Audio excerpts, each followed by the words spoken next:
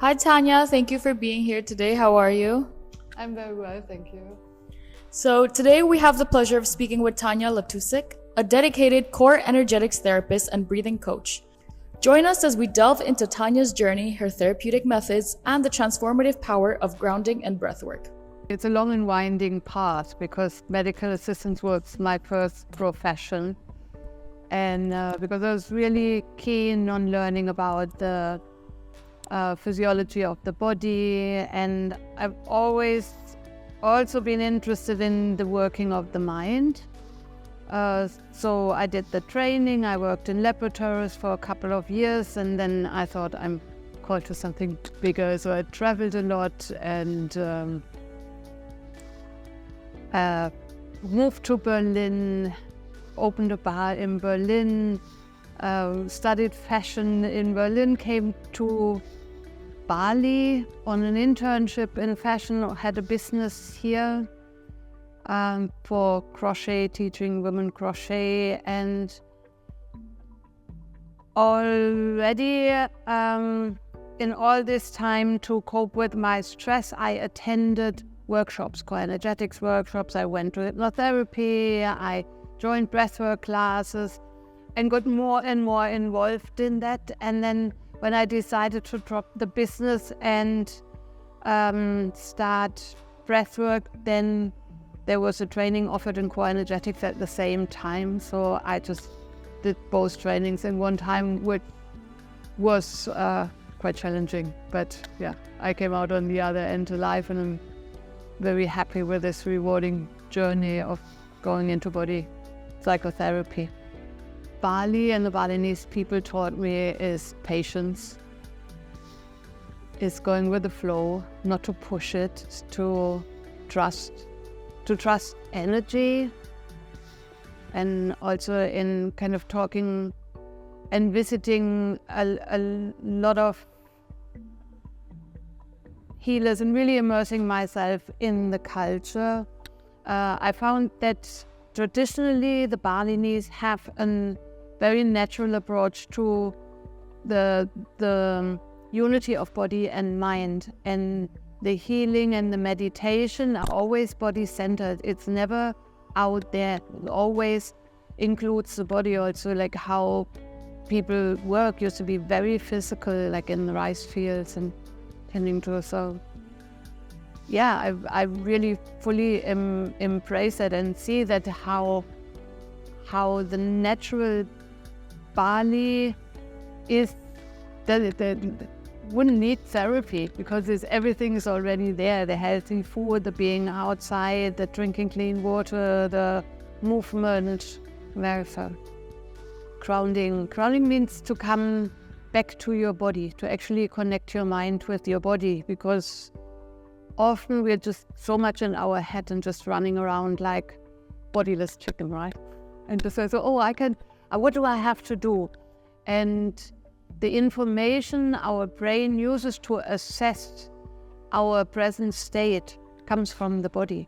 So, and we try to think our way through, but why not go straight back to the source of where the information comes from and bridge that gap between the thinking and the feeling, and feeling supported by the surface where we are standing on. So really getting the energy from the head back down into the body and into our into our presence, into our reality.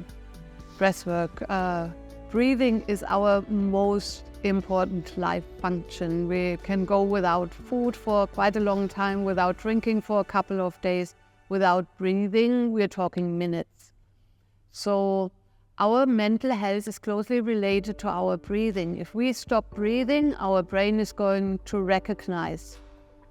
So when we are aware of our breathing, we are aware of our body, because the breathing connects like the mind to the lower parts of the body, or the head to the lower parts of the body.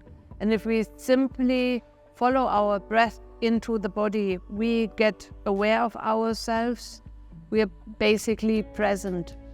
So breathing can be a meditation for people who can't meditate, because it's part of an active meditation. It helps with basically anything. If you are aware of your breathing, you get aware of your emotional state, of your mental state. It will help you with anxiety, with sleeping problems, with depression, with really, you name it, like any heart condition, anything, really.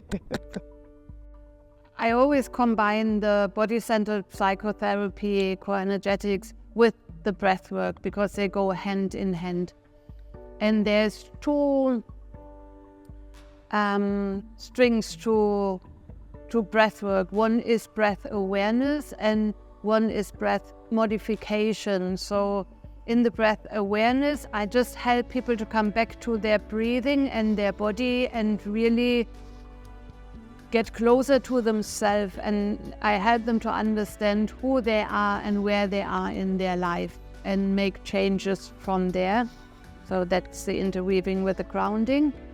And in a pure breathwork session, you're going to breathe in a modified way, so conscious and connected, exactly what it says. You're connecting your breathing, your inhale with your exhale, and you keep going this form of breathing for anything between 45 minutes and over an hour, up to 1.5 hours. And what you can expect with the rise of oxygen and energy in your body is that anything that's been unresolved in your body, any emotional residue, any physical discomfort is going to be challenged just by the increase of energy flow in your body, and is going to come up.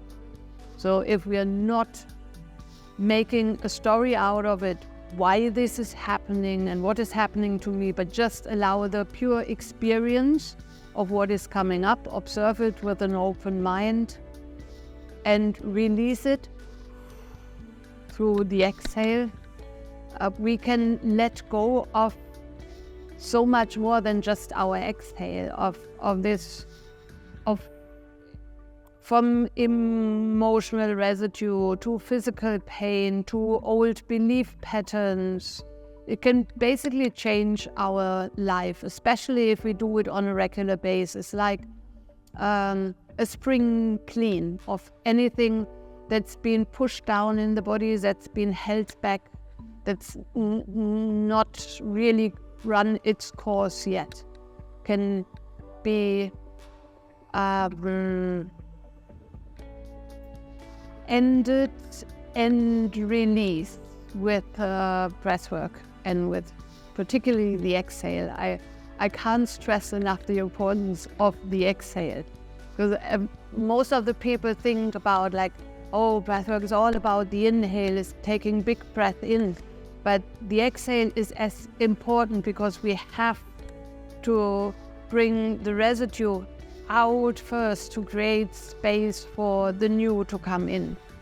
I think there's two types of clients where I think it's particularly helpful. One is people that always feel a little bit spaced out and experience anxiety and don't really feel safe in general. And just by coming back to themselves and helping them to know how it feels to feel safe and what helps them to feel safe when they're not in a stressed position, helps them to reach for that when they are stressed. And also breathing is an integral part of that. Breathing, slowing down your breathing, focusing on the exhale can really help with that, to come back and to slow down and to go and embrace yourself, make yourself feel safe before you go to an external experience again. And the other ones is people with anger issues. Like everybody was kind of like too fast or very fast to just blow up and woof, go and like blah, blah, blah, blah, blah, blah, blah, blah. For them to find that little gap when they can physically feel, because every emotion starts somewhere in the body, and anger is often experienced as this kind of heat that rises up in a roof, like a volcano.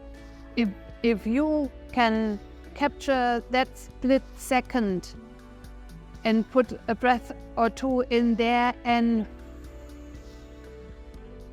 slow it down there and do a couple of grounding exercises just to come back and just to understand what made you react so strongly. So the secret is really in that little gap where you give yourself a break and don't go straight into reaction, but you can still choose a response. You can kind of take yourself out of the scene and say, okay, I just have to calm down a little bit before you explode into people's face. So there, the whole process of grounding and breathing and having your breath available when you most need it, I think that's where people really benefit. And this is also where core energetic comes in. This reactive patterns triggers show that there's an issue somewhere in the past, something unresolved that you haven't addressed yet. This is where the deeper form of body psychotherapy comes in, to see where is this belief system that doesn't help you anymore, that might have been helpful somewhere back in your past, but it's definitely not helpful to kind of maybe not physically but energetically attack people in your reaction. For myself, I'm really excited to just keep learning and to just kind of learn about other approaches to the interconnection between body and mind and emotion and our thinking, our feeling, our perception of the world, like how our environment influences our internal state.